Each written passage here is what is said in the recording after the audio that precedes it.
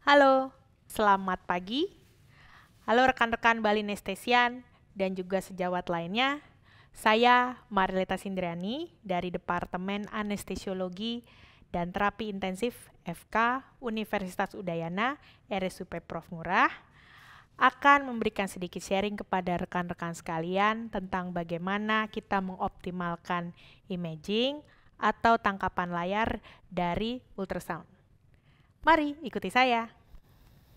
Pertama-tama, kita harus mengenal terlebih dahulu bagaimana perangkat yang kita miliki.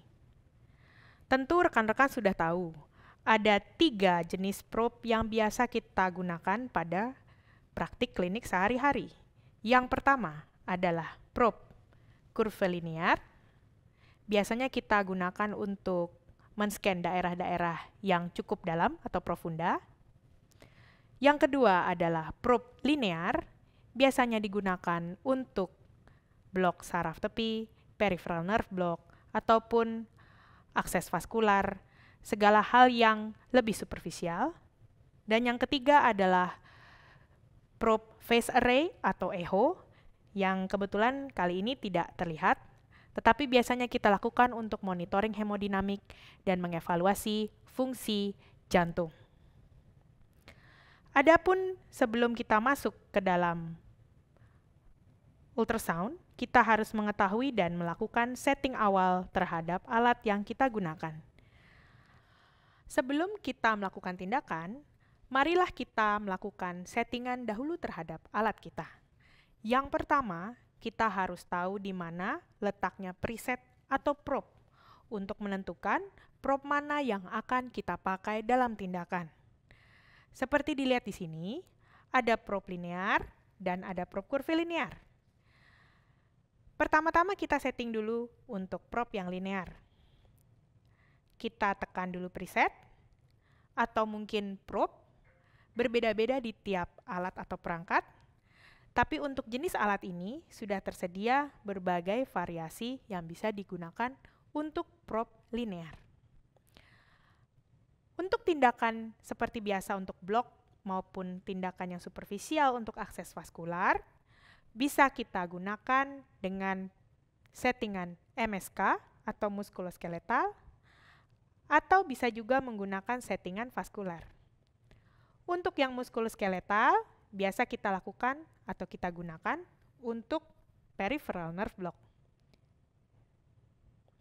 Setelah kita memilih, baru kita akan melakukan tindakan enter atau set. Bisa dilihat, pada layar sudah berubah menjadi settingan probe untuk linear dengan settingan MSK atau muskuloskeletal. Kemudian, kita akan beralih ke tombol-tombol lainnya. Untuk settingan dasar atau settingan awal, yang biasa dipakai adalah beam mode atau brightness mode. Kemudian, ada lagi settingan berikutnya yang namanya M mode atau motion mode. Ada pula settingan yang disebut pulsatile atau PW, dan juga ada settingan tambahan lagi yaitu C, dan yang berbagai variasi lain disesuaikan dengan jenis probe. Yang biasa kita gunakan adalah B atau brightness mode dan M yaitu motion mode. Brightness dan motion mode biasanya disesuaikan dengan probe yang digunakan. Adapun untuk probe linear ini, kita akan menggunakan lebih banyak B mode. Begitu pula dengan probe kurvilinear, juga kita akan banyak menggunakan B mode dan jarang sekali tapi bisa juga digunakan E mode. Sedangkan untuk probe yang phase array atau probe echo baru akan banyak menggunakan E mode atau PW. Pada saat kita akan memulai untuk melakukan tindakan, pertama-tama, setelah kita melakukan cuci tangan steril, kita akan mempersiapkan baju dan set alat untuk tindakan yang juga steril. Kita persiapkan mulai dari gaun steril, kemudian sarung tangan atau handscoon steril, kemudian juga alat steril, mesh atau bisturi apabila diperlukan, dan juga alat kelengkapan lainnya. kita akan memasang baju setara steril dan mengenakan handscoon atau sarung tangan dengan ukuran yang sesuai.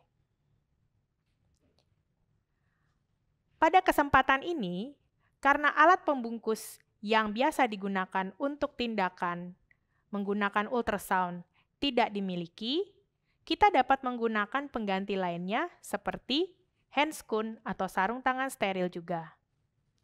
Dengan catatan, harus kita persiapkan terlebih dahulu dengan melakukan pengikatan dan juga pemotongan dengan bisturi.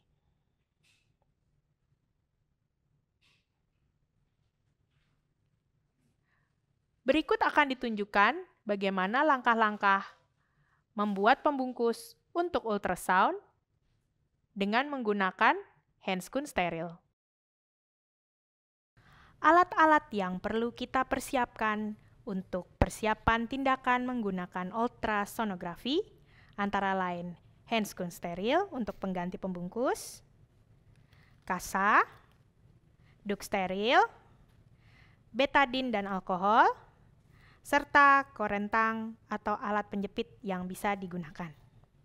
Jangan lupa, kita memerlukan jeli sebagai penghantar pada saat kita melakukan tindakan.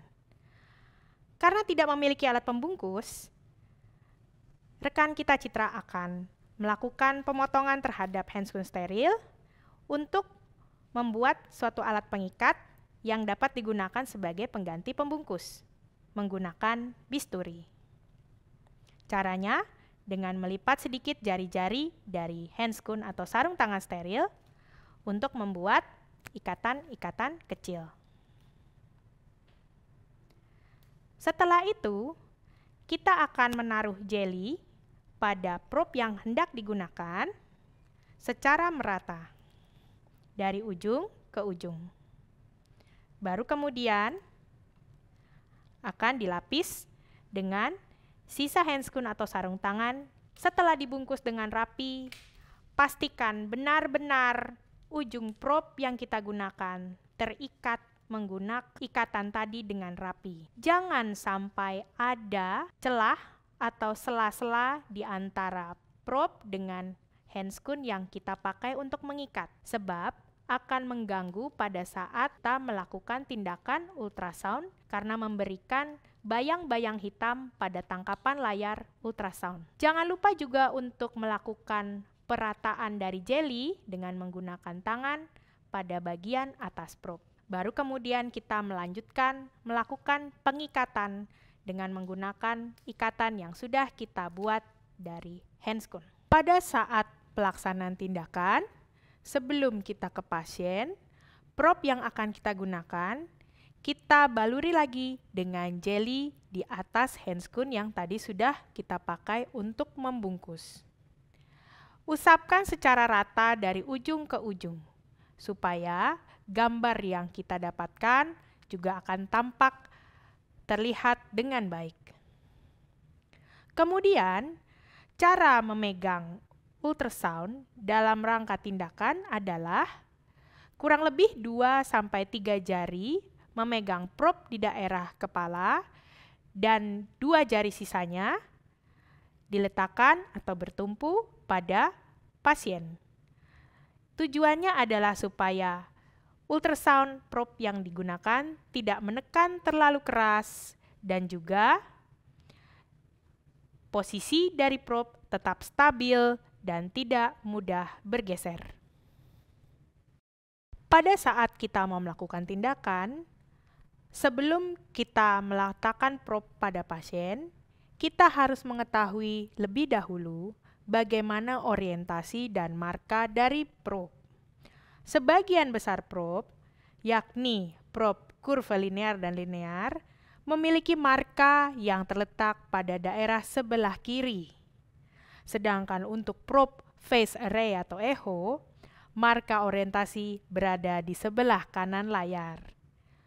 Adapun marka bisa berbentuk seperti indentasi, berbentuk seperti lekukan kecil, tonjolan kecil, atau sekedar berupa huruf, entah yang disesuaikan dengan merek ultrasound yang kita miliki.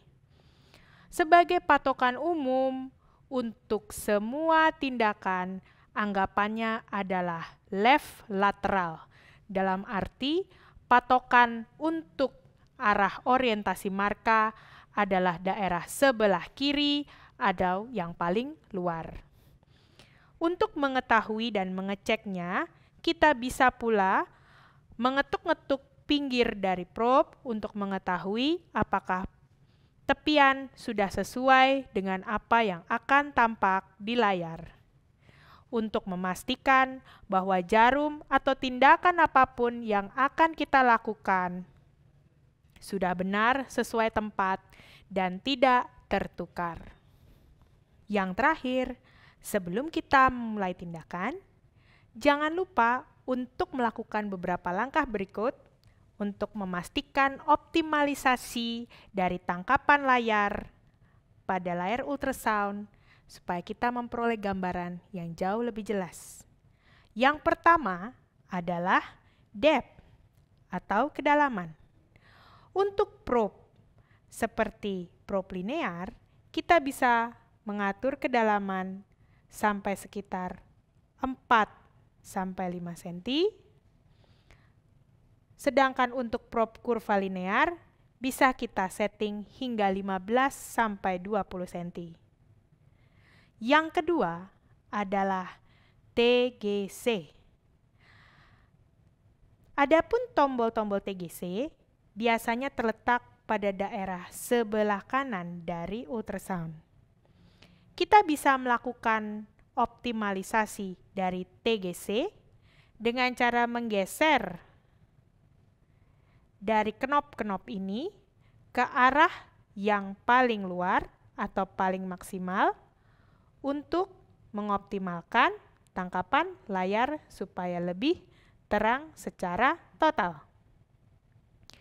Yang ketiga adalah gain. Gain juga dapat dilakukan untuk meningkatkan kualitas tangkapan layar dengan diputar baik ke arah yang searah jarum jam atau berlawanan. Dan yang terakhir, jangan lupa untuk mengoptimalisasikan fokus. Fokus position sangat tergantung dari alat ultrasound yang kita punyai, tapi biasanya terletak pada daerah atas atau kanan layar.